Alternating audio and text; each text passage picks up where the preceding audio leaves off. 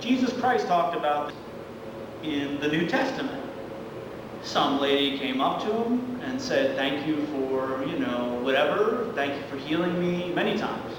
Thank you for, keeping the crazy people from stoning me. And Jesus was like, no, your faith has set you free. I think he was telling the truth on that one. I think he was her karma, or his karma. They had such great faith in Jesus. They created amazingly virtuous seeds in their mind. And those things ripened. Jesus, I don't know how Jesus saw Jesus. I'm assuming he probably saw himself in a paradise. But what happened to those disciples was a product of their karma. They saw Jesus as a very holy saint. God, Son of God. They did an incredible act of faith, an incredible good deed. And they had like almost an instant karma kind of thing. That's a kind of healing. They still have to go on with their lives and grow old and suffer and die. In Buddhism, if you have this bodhicitta thing and this emptiness thing down, then you don't have to grow old and suffer and die like that ever again. Then you need to enter the tantric field, and that's a whole different story. So you want to get this kind of great equality or equanimity towards all beings.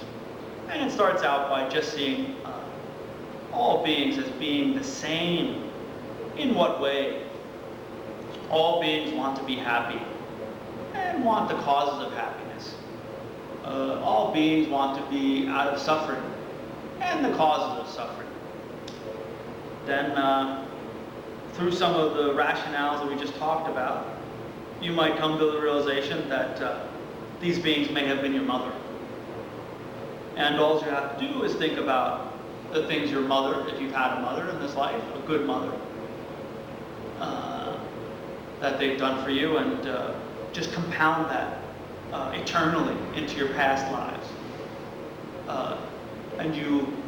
There should be a feeling that comes up. Now, mind you, we're just talking about it here now. These things should be done in meditations, long, extended meditations.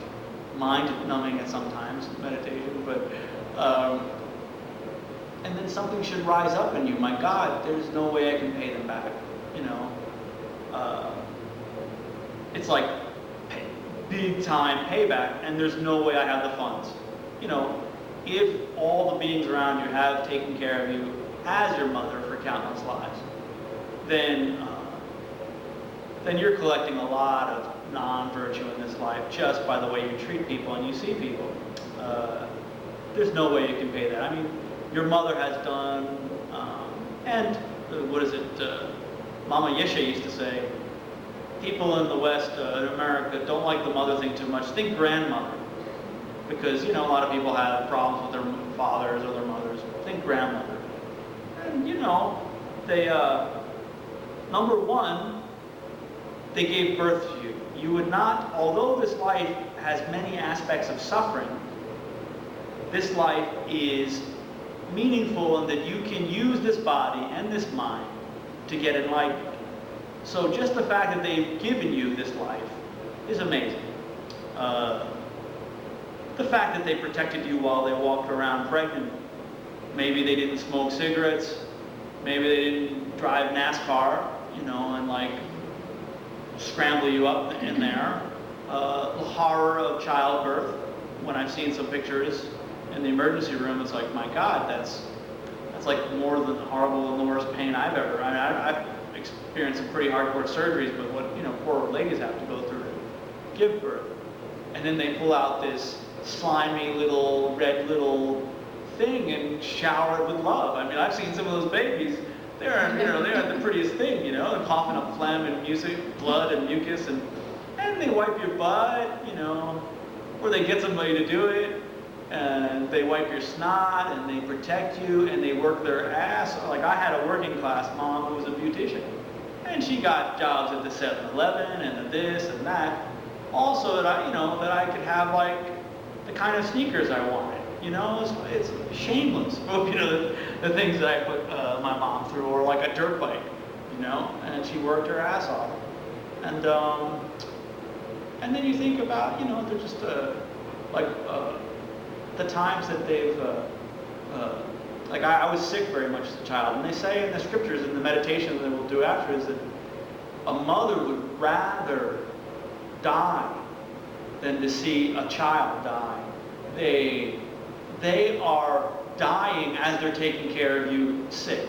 Like if you're really sick, your mother is sick from the thought of her child being sick, and I saw it in my mom. I remember one time when I had pneumonia when I was 5, and it's like the priest, the whole thing that came in, last rites, valley of death, all the whole thing. And my mom's outside there, and I saw it on her face, and I know if my mom's that way, I'm up Schitt's Creek, like I'm dying, Like I knew there was something wrong. And then I saw the priest, and I'm like, that's definitely there's something wrong. But my mom was out there like losing her mind, and the pain of a mother losing her child. You're going through sickness, but they're going through like a death, like they're dying, and you see moms on the TV that their sons or their daughters, they're serial killers, and they've had a stash of bodies in their house, and they ask the mother, so what's the deal with your kid? And they're like, oh, he's the, no, that's not my son. My son is a good boy. He's the best. He had some trouble, but he's a good kid, because they look at you with those loving eyes that can't see your faults. And it's this kind of love, that you have to have. You have to see all beings as having that, and realize that you can never pay them back, and that you should start something like that. But and that should. You should have that kind of gratitude and want to repay their kindness, while knowing that there's absolutely no way to repay the kindness. And that should be a basic cause for a loving kindness, which is you just want to give all the mother beings around you every kind of happiness and every cause of happiness. And that should turn into a kind of great compassion.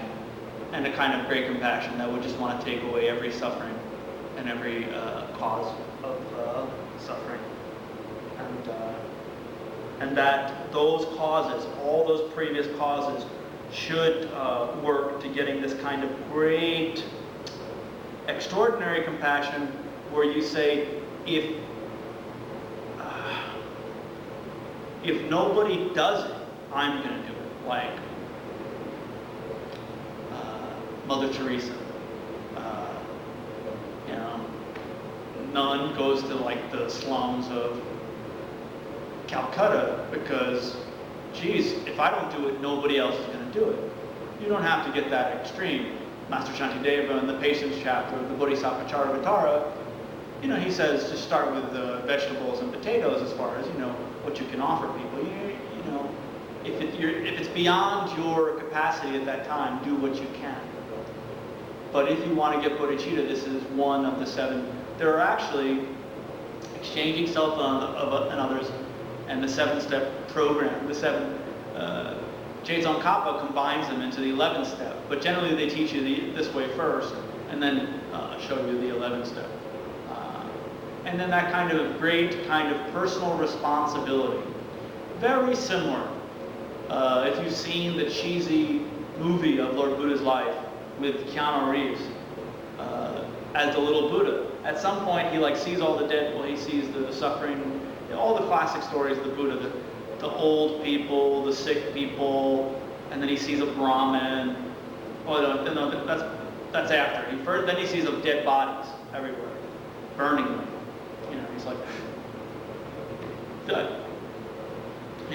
what kind of world? You just see it on his face. I think Keanu actually did a kind of decent job at that point. Like, my God, what world did I wind up in where people wind up like sticks of wood and need to be burned?